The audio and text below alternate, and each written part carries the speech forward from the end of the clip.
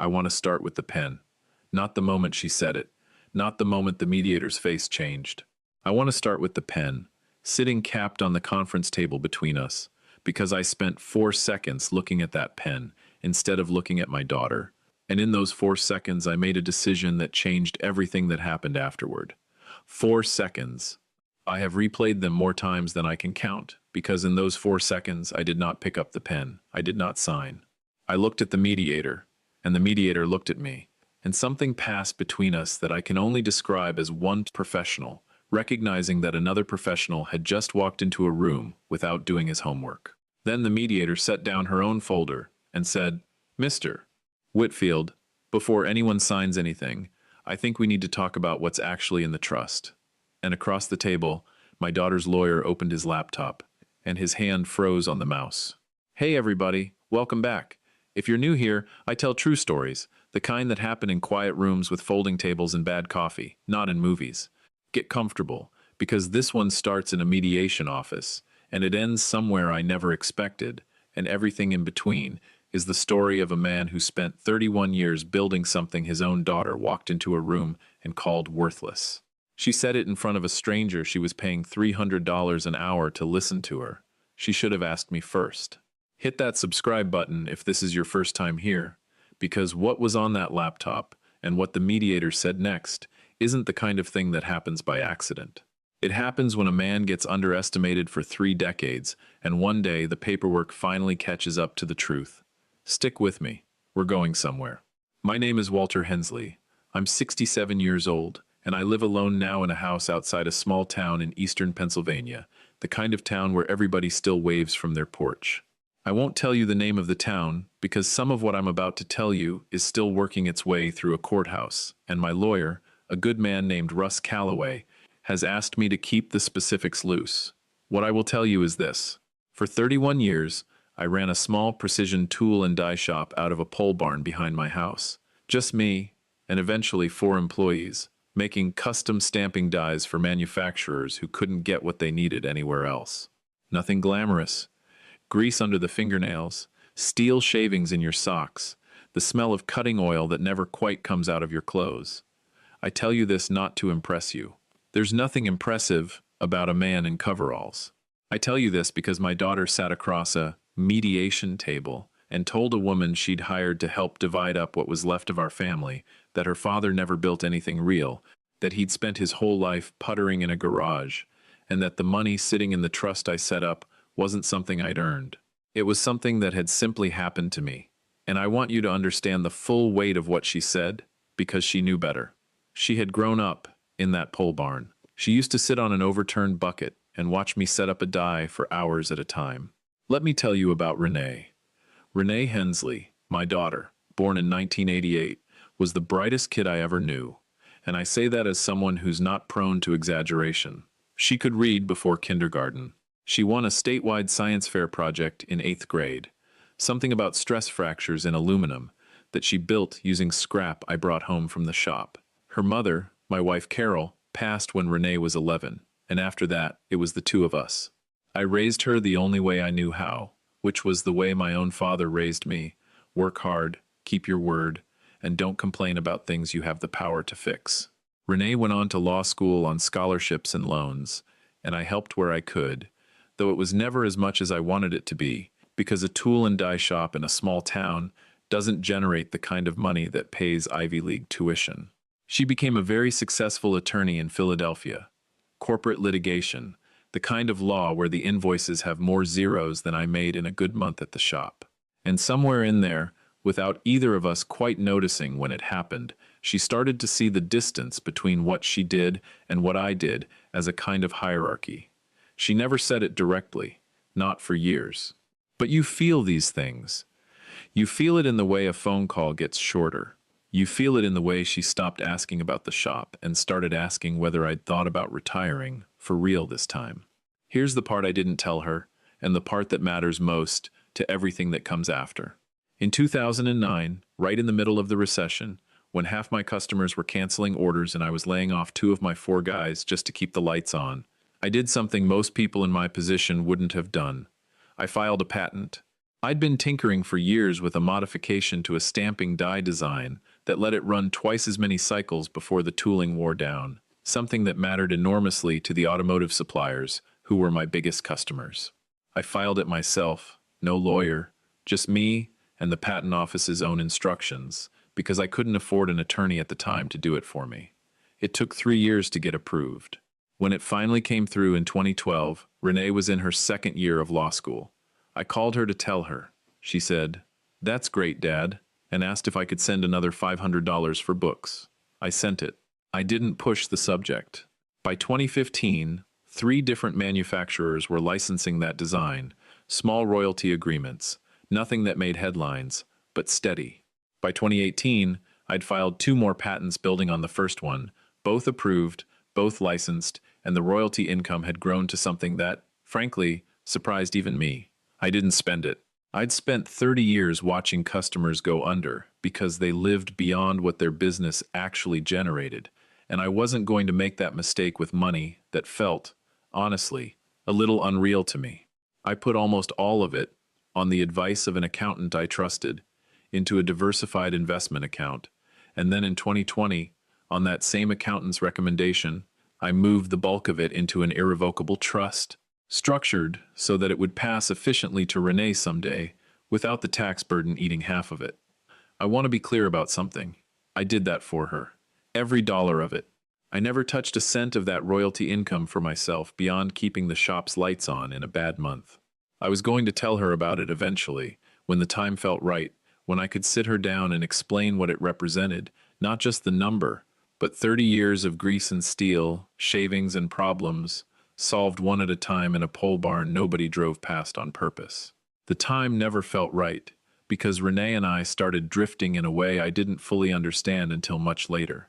It wasn't a single fight. It was smaller than that, and slower, and in some ways harder to see coming. She married a man named Preston in 2019, a corporate consultant, nice enough fellow, but the kind of person who measures a life in titles and square footage.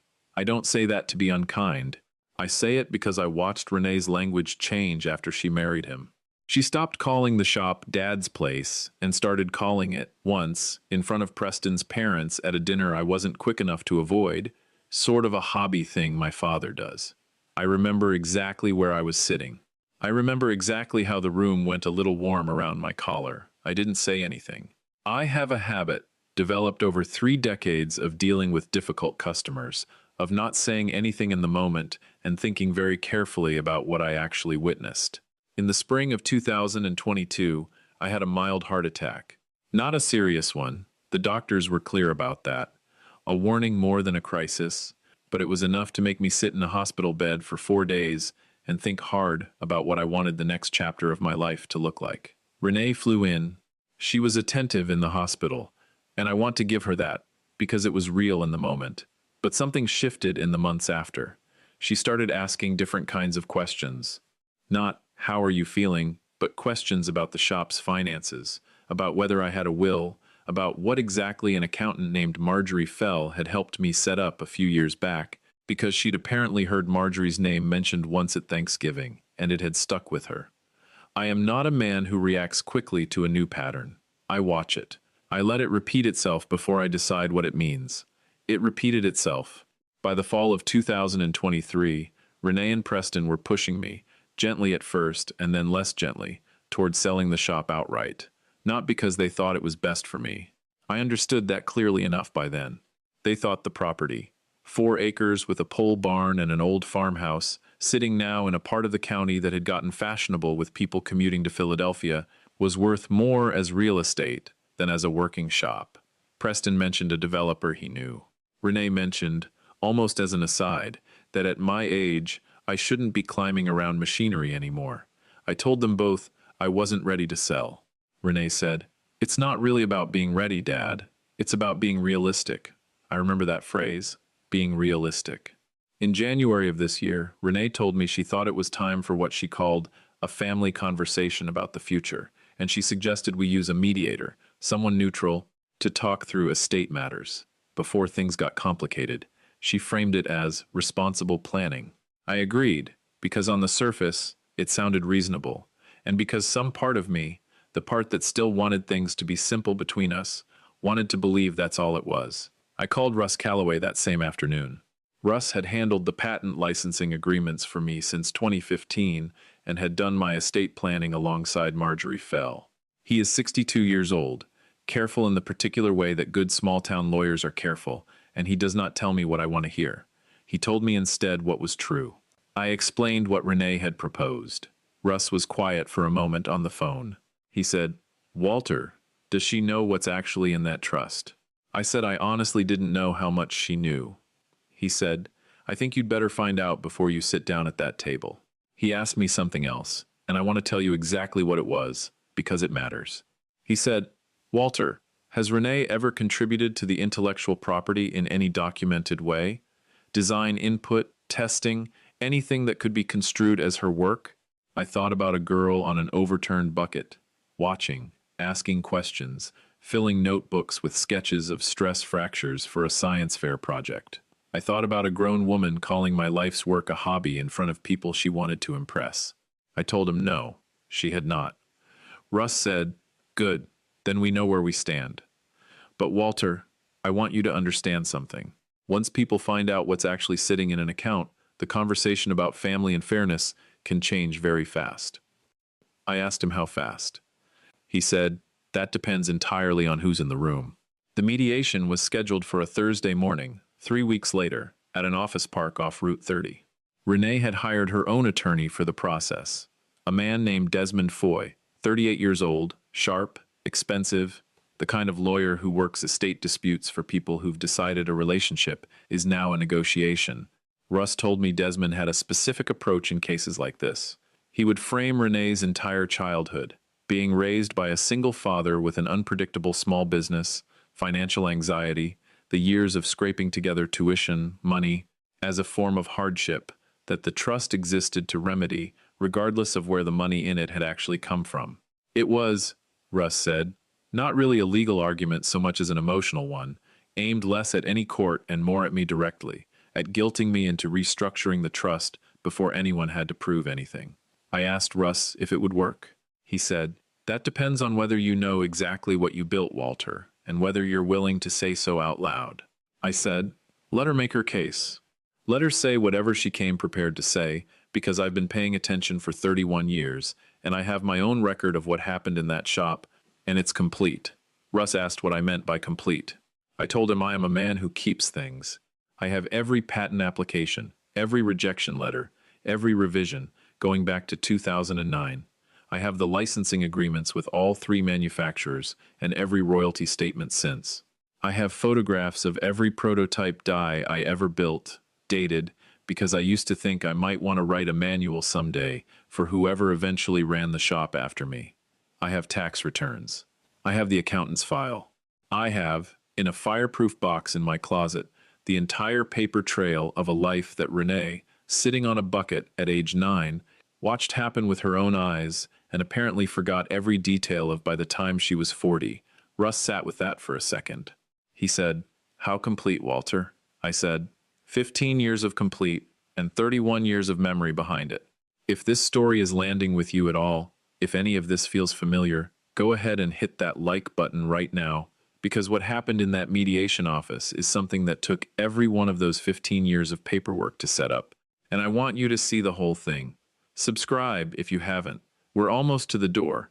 The morning of the mediation was cold and bright, one of those early spring days in Pennsylvania where the light is sharp but the air still bites. I wore the same blue sport coat I'd worn to every licensing negotiation I'd ever attended, the only nice jacket I own, because some part of me understood, even walking in, that this was a negotiation, whether anyone wanted to call it that or not. Russ met me in the parking lot with his briefcase and a manila folder, an inch and a half thick. He had the calm of a man who had done his homework and was ready for whatever the morning threw at him. Renee and Desmond Foy were already inside when we arrived. Renee didn't hug me. She hadn't hugged me in longer than I wanted to admit. She gave me the kind of smile you give a business associate you're not entirely sure you still like. The mediator's name was Diane Okafor. Russ had worked with her twice before and told me she had a reputation for being scrupulously fair and unusually sharp about financial detail, which he said was exactly what we wanted in a room like this. What Russ didn't know, and what I didn't find out until later that morning, was that Diane Okafor had spent 12 years as a corporate accountant before she went back to school and became a mediator, and that somewhere in that decade of reading balance sheets for a living, she had developed a very particular eye for numbers that didn't add up to the story being told about them. Desmond Foy opened by laying out Renee's position, and I will say this for him: he was smooth. He talked about a childhood shaped by financial instability, about a father whose business could disappear in a bad quarter, about Renee having grown up, never quite sure the ground under her would hold. He used the phrase formative insecurity more than once. He used the phrase inherited stability, which I understood was meant to suggest that whatever was sitting in that trust ought to belong to Renee, not because she'd earned it, but because she'd suffered for the lack of it once, a long time ago, and fairness meant closing that circle now. Russ responded the way Russ always responds, with documents, the patent filings, the licensing agreements, the royalty history, the accountant's records establishing exactly when and how the trust had been funded and by what income stream. He laid it out slowly and without drama, building a picture with paper instead of feeling. Then Desmond Foy asked Renee to speak for herself, to describe, in her own words, what her father's work had meant to their family and to her understanding of what she was owed. And Renee looked at Diane Okafor, not at me, and she said, "Honestly, I think it's important to be clear-eyed here. My father puttered around in a garage for 30 years. He fixed machines. That's not intellectual property. That's not a real business in any modern sense. And whatever ended up in that trust wasn't something he built, it was something that happened to fall into his lap late in life. I grew up with none of the stability my own children have now, and I think basic fairness means that gets corrected." She said the word puttered. I want you to sit with that word for a second, the way I had to sit with it in that room, because I have never once in my life used the word puttered to describe cutting steel to a tolerance of 2/1000ths of an inch. The room went quiet in a way that rooms only go quiet when someone has said something they believed completely, and that turned out to be built on sand. I looked at Diane Okafor. Diane Okafor looked at me, and in that look I saw something I want to describe carefully, because it wasn't pity and it wasn't drama. It was the specific recognition of a woman who had spent 12 years reading financial statements for a living and had just heard a description of an asset that did not remotely match the paper.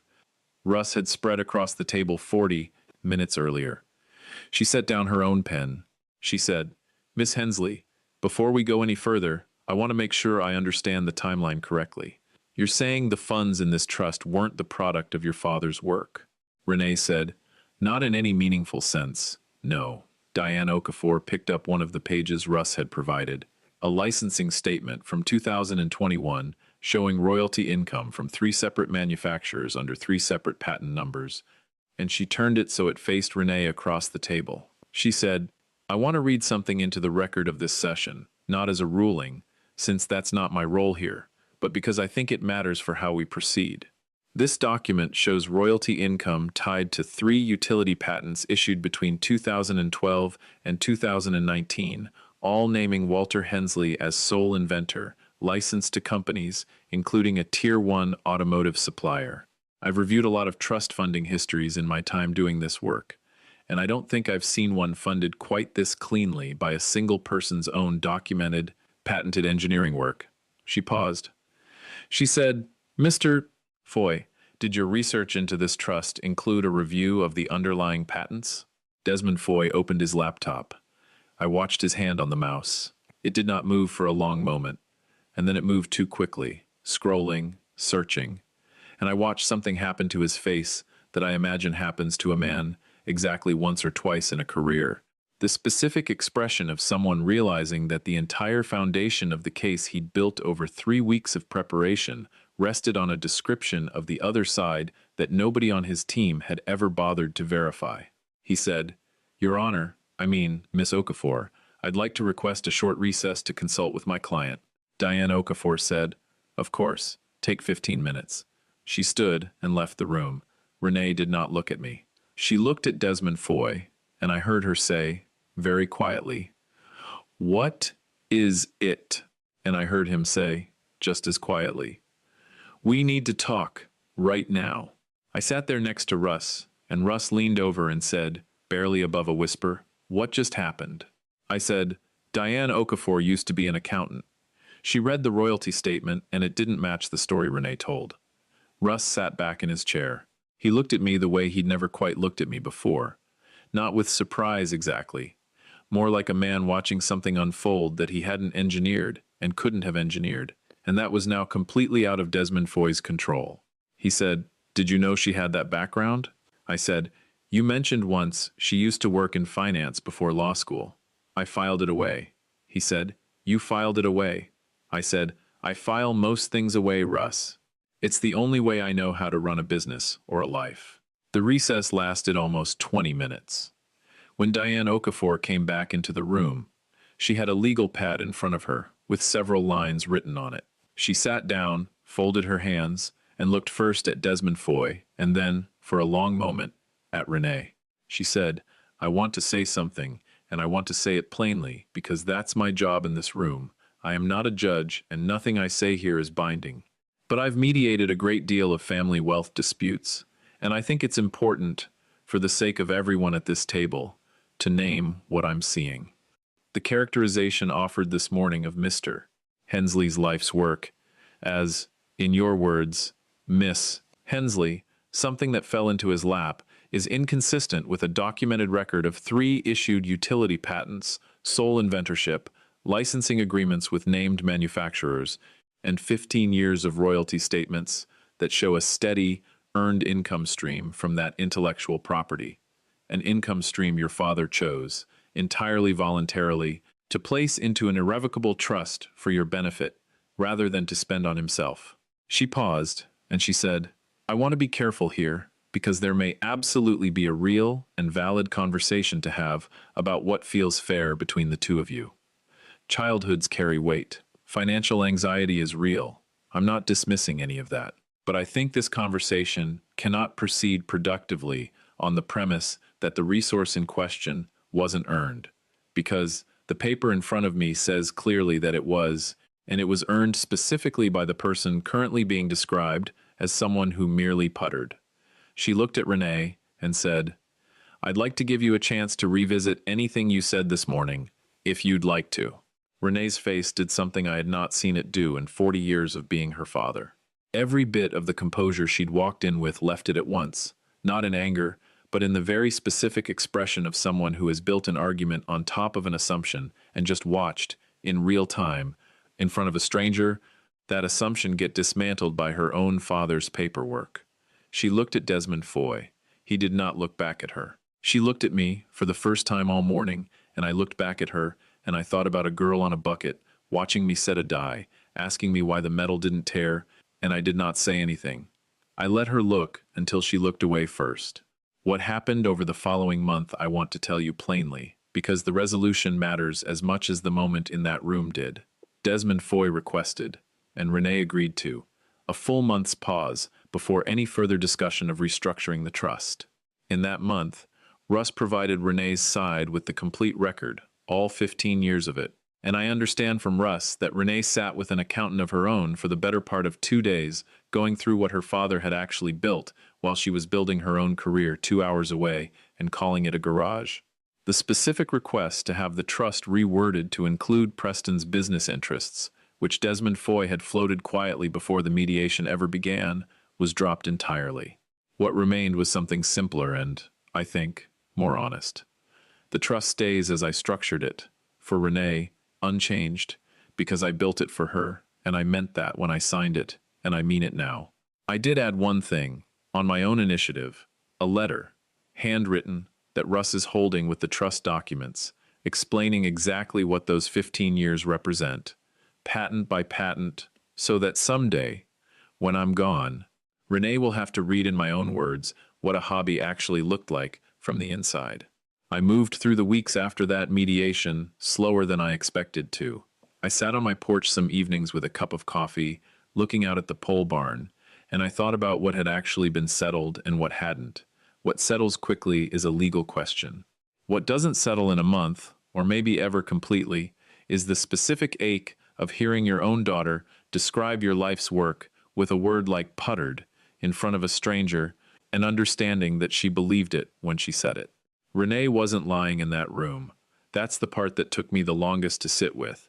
She wasn't performing. She genuinely believed what she said, because somewhere over the years, in the gap between a shop she stopped calling by its name and a life she built with a man who measures worth in titles, she had stopped being able to see what I actually did. That's not cruelty. It's a kind of blindness, and I own some of the responsibility for it, because I never found a way to make 31 years of steel and tolerances and patent office rejection letters mean something to a daughter who'd moved on to a world that measured value in entirely different units. I want to say something directly to you, whoever you are listening to this tonight, maybe on a drive home, maybe in a kitchen with the dishes half done. If you've ever built something that the people closest to you looked right through, I want you to hear this clearly. They're not seeing it doesn't mean it isn't there. It means the distance between what you understand and what they understand got wider than either of you noticed, one ordinary day at a time.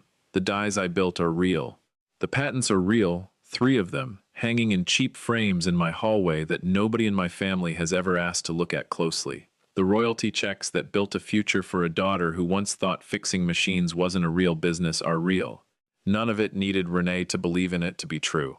What it took to become visible to her was a folding table, a mediator who used to be an accountant, and one Thursday morning, when the gap between the story being told about me and the paper trail of what I'd actually done became impossible for anyone in that room to ignore. I don't call what happened that morning revenge, and I want to be honest with you about that, because I know some of you watching are hoping I'll say it felt like winning. It didn't feel like winning. I took no pleasure in watching Desmond Foy's hand freeze on that mouse. I took no pleasure in my daughter's face when the ground shifted under an argument she believed completely. Those weren't victories to me. They were corrections, plain and simple, the correction of a record that had been wrong in her head for longer than either of us wanted to admit. If there's a word for what I actually feel, it's something closer to relief, the relief of 31 years finally being seen clearly by the one person I most wanted to understand them, even if it took a stranger with a legal pad to make that happen. That's the story. If it meant something to you, if any part of it landed close to home, go ahead and hit that like button, subscribe if you haven't already, and leave me a comment below. Tell me about something you built that the people closest to you couldn't quite see. I read every single one. I'll see you in the next story.